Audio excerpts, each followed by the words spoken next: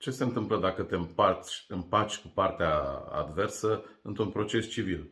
Am văzut cum se poate face împăcarea în penal, dar în civil, dacă ne împăcăm și a pornit deja procesul, ce e de făcut? Se numește renunțarea la judecată. Deci reclamantul, cel care a introdus cererea de chemare în judecată, poate să depună ceea ce se numește renunțare la judecată până la sfârșitul procesului.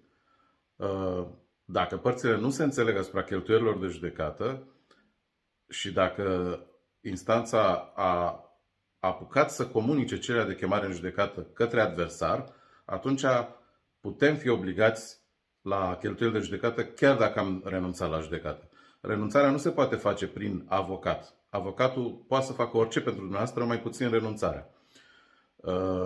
Deci se face personal în instanță sau prin procură specială. Mai există o chestiune posibilă, renunțarea nu la judecată, ci la drept, la însuși dreptul de dus judecății. Care este diferența?